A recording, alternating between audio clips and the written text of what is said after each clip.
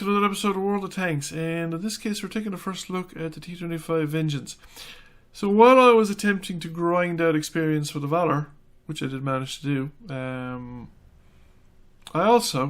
was also a competition run concurrently, over a shorter time frame and XP based as well, for a choice of 3 American tanks, the T25 Vengeance, the Patriot and the Freedom, which are both Pershing variants. And I decided to go for the Vengeance. Why, says you? Because I actually have a kind of an aversion to flag tanks. I don't really like the whole flag waving thing. And also, like most Irish people born before 1990, I guess, there was a certain amount of Anglophobia injected into our systems at birth. And it's not completely gone away. I will not drive a tank with a Union Jack on it. So I feel therefore obliged to not drive anybody else's flag tank either. So for this reason, out of the 3 of them, I chose the T25 Vengeance. Now I've been looking at the American tanks. They're all American mediums, all the premium mediums anyway, more or less share a similar kind of gun. There's a 90mm gun. There are a couple of variants of it lying around, but they do similar kinds of damage and similar kinds of gun handling, and they're actually pretty good gun. Dispersion's, well, it's not British, but you know, it's not bad. What this thing lacks is armour. It has a little bit more mobility than the Pershings and some of the others, but that's mostly because it doesn't have any armour. And that's essentially, and it's not that mobile. You know, I'd prefer a more mobile tank, for instance. But in fact, I noticed the new resting medium tank has a lot more frontal armour. I can't remember what the mobility was like, but it has a lot more frontal armour than any of the Pershing equivalents or any of these things as well. Both on the turret and on the tank hull. This thing doesn't have much armour on either. The turret is, I think, as weak as far as I remember as the tank hull.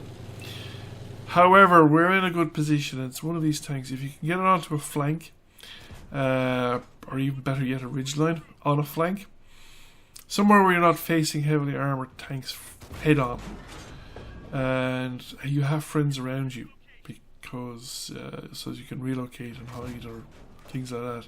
Ideally, you don't want to be spotted either, although it will take a certain amount of punishment.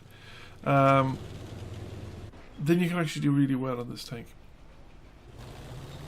But you have to keep an eye on your situation, because you need to relocate. It's not so mobile, and even with top speed is limited, it's not so fast that you can relocate when the situation has gone wrong. It's one of these tanks you want to relocate before the situation goes wrong. Now, shooting the Chimera from the front is probably not a good idea.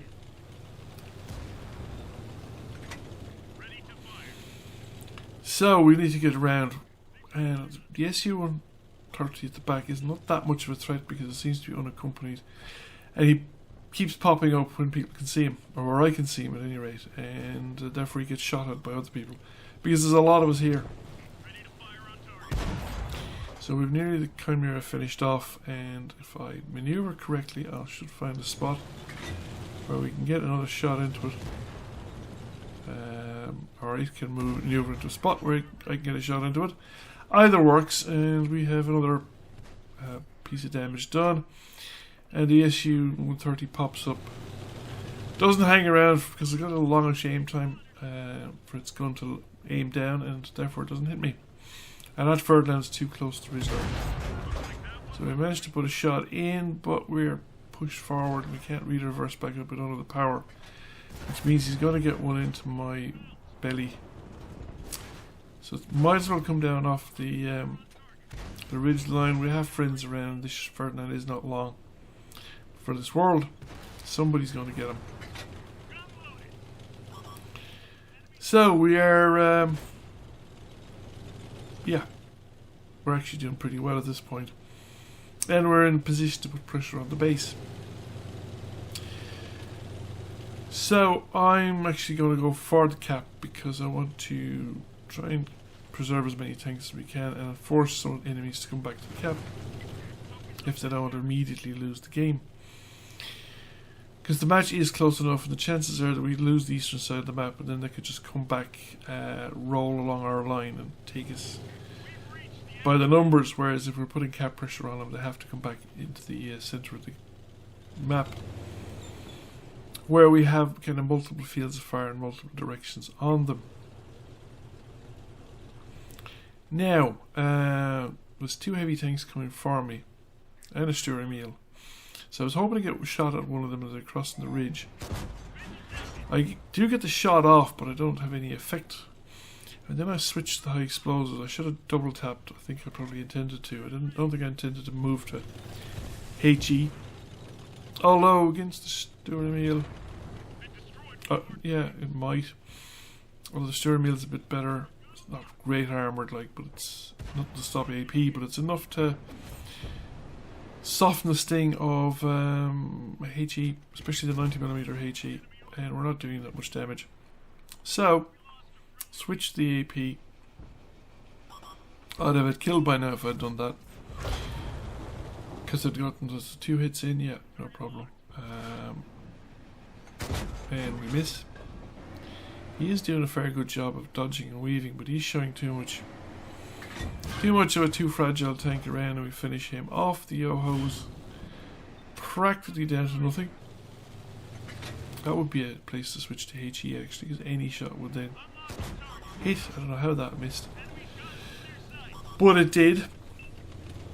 And we're actually a tank down. So, oh ho, somebody's firing at me. I have a feeling they're all kind of lined up. Could take the hit from one of them, but I'd be worried about the 3 of them firing at me at once. Although I'd probably survive that too, but I would have very few hit points left at that point. However, we cross over, we do get the hit. Get a shot into the back of the T-44. And we're back to level pegging at this point. So I'm actually trying to get into the higher ground here. Doesn't really have the engine power. Probably would get up there eventually, but this guy, the T-54, comes around corner and just shows too much tank. I think he'd been better off if he kept moving forward. I might have actually missed him. He'd be fast enough to beat the turret rotation, or at least, yeah, beat that, the combination of that and the muzzle velocity. Another way I might have to actually deliberately aim in front of him. And the T-44 is left, and at this point I actually make a serious miscalculation. I didn't realise it until I was watching the replays. This is an assault game. If we don't get the cap circle before the time is up, or we don't kill this guy, and I think it's already too late. It's what, 3 minutes to cap? Yeah, it's already too late. Unless the 3 of us go in, or 2 of us went in. It's too late to cap. So we've got to get this guy. If this guy had actually run clear, he could have possibly run us, run the 2 minutes out. If he had made no attempt to come back and ambush our heavy tank, we might have actually, he might have managed to run clear and actually won the game for his team.